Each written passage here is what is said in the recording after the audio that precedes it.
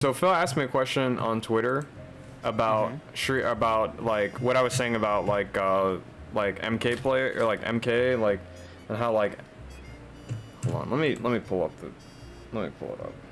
So I said, and I was kind of quoting what Phil said. He said, "I'm not feeling excitement for whatever gets announced tomorrow. Last few years of trolling, constant misdirection, and bad decisions has made incredibly bitter. I guess we will see." And so I said, everyone expects MK to be different. I'm excited for the new game, but we're gonna have another form of BS. It's just the genre as a whole. So stop acting like it'll solve our problems and be realistic. It will not help one with fundamentals that did not learn in 11. All right, so let me explain this to you, Phil, because this is kind of like a letter to you. So. I'm not saying, so I'm agreeing with you what you're saying in the Twitter post. I know it might sound like I'm like attacking you or something or attacking someone, but it's more over like my opinion on the overall NRS community since I've been in the community for the past 4 years. And it's that like people have like this idea in their head that like the next game is going to like change how good they are at the current game they're playing. And to an extent, I agree with that, but past MK, I would say past MKX, that's like null and void. Like, I feel like if people struggled with like a certain mechanic or a certain game design of a character, as long as some iteration of that game design or character is in the next game, they're going to struggle with it again, because what it comes down to is like MK has some certain kinds of fundamentals that Street Fighter has that you can't like. It's like playing Street Fighter and being like, dude, anti-jumping is so broken, I can't anti-air. Like, yeah, I mean, there's some characters that make anti-airing harder, like Cammy, you know, all those characters, right? But at the end of the day, you still have to fundamentally learn how to anti-air. So, for example, in an MK11, right, that was actually a big complaint. Same thing. Like, people couldn't anti-air in the game, right? But, like, the best players were figuring out ways to anti-air regardless. They were using things like flawless block, spacing out the jump in, you know, finding ways to deal with it, playing different characters. So at the end of the day, like, it's one of those things, like, you know, like, if you have issues with something like zoning or something like a certain type of pressure character, like maybe they have hyper offense, whatever, it's that BS is not going to just disappear in the next game. So, like, the number one thing that I felt like, the reason why I feel like people missed out on MK11 is because there's a lot of fundamentals in MK11 that I could see carrying on into MK. Like, for example, like being able to tech throws, like that was a thing. That's been a thing since MK9, but it wasn't as heavily as focused as it has been or as it was in MK11. So like all the people who are like, they didn't like maybe certain aspects of 11. I get it. Like, if you didn't like certain aspects of 11, I get that. But it's more over like, there's some players that like they play competitively right now, or like they had some issues with the competitive aspect of the game, and there's fundamentals they didn't learn. There was a guy I played yesterday, I'm kidding you not when I say this, there's a guy I literally played yesterday, and he literally mashed on hit in every situation. I put him at a disadvantage, and then I'd hit him with like something where I was like plus 20, and he'd mash and I get a free combo. And guess what, this guy has been mixing me with Sub-Zero since the beginning of MK11. Like, well, not just Sub-Zero, but Sindel. So like, this guy like has no footsies, no fundamentals, no you know, no idea of like how to like, I guess, play in a way that like you could play solid and like do really well and have consistent results. And yeah, like, he might have beat me once or twice or a few times yesterday because I was playing a bad matchup.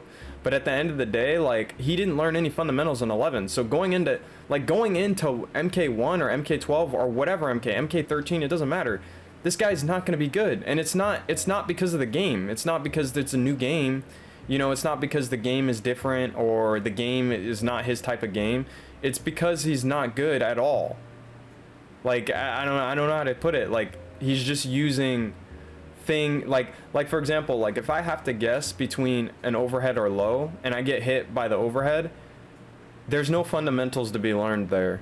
So it's like one of those things, like, yeah, the guy might have gotten a win or two in a bad matchup, but at the end of the day, did he learn any fundamentals? No, he focused on winning. And because of that, when he goes to complain about the next game where he can't play fundamentals in that game, he's gonna lose. And this is a very common thing in MK, and that's what I mean by, like, there's just going to be another form of BS in the next game that people are going to complain about, and they're going to lose, rightfully so, again, in the next game, because they didn't learn the things that they could have learned in the previous game to get better.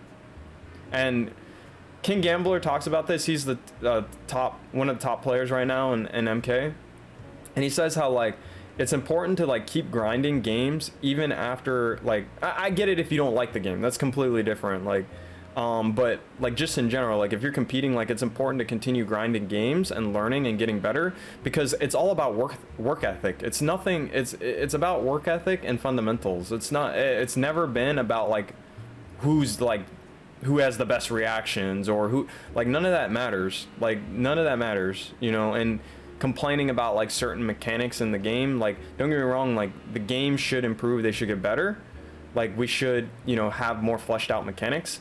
But at the end of the day, like if we're not like if people aren't finding solutions to problems with certain games, that's a them problem, and they're never going to get better at fighting games that way. Like we can't just hope for the next game to be better because we don't want to get better at the game that we're playing currently.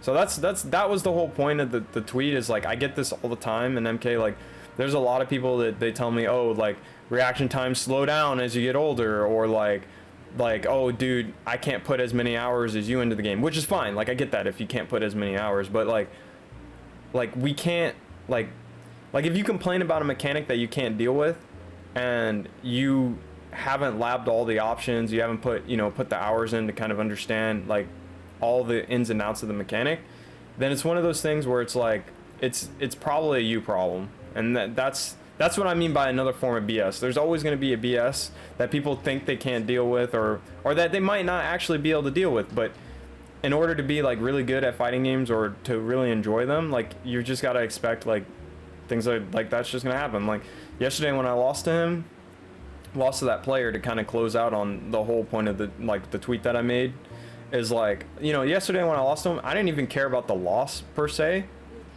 because I know how to deal with Sub-Zero, at least with the characters that I play. It's more over like losses, like I don't know how to explain. Like losses don't necessarily bother me, but what bothers me is when like people don't want to learn and they're more focused on winning. Like they're not really focused on like learning fundamentals that the game is trying to teach you. So like I feel like that bleeds into the idea of the BS of the game. Like people complain about the BS of the game, but then they don't find a way to deal with it and understand like the fundamentals on how to deal with like said game mechanics. So anyway, that's the whole point. I could go on a huge tangent about it.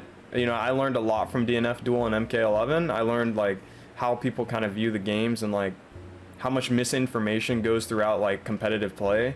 And so I just figured I'd share that, and that's why I made that tweet, because there's going to be a mechanic that everyone complains about in 12.